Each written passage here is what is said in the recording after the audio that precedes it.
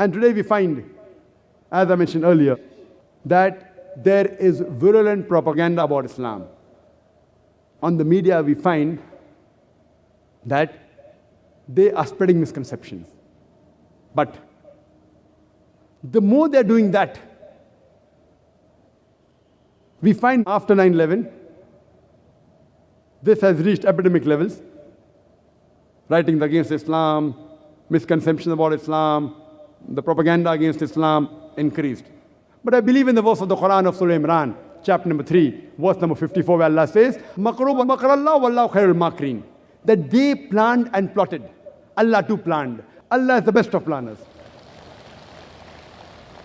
After 9/11, the amount of propaganda they're doing against Islam, do you know, after 9/11, the spread of Islam has increased. Only in a span of 10 months, in USA alone, after 9/11, more than 34,000 Americans accepted Islam. In Europe alone, more than 22,000 accepted Islam in 10 months' time after 9/11.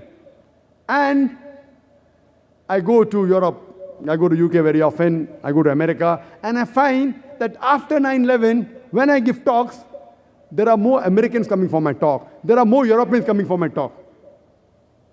It's good. They want to know what kind of religion is this.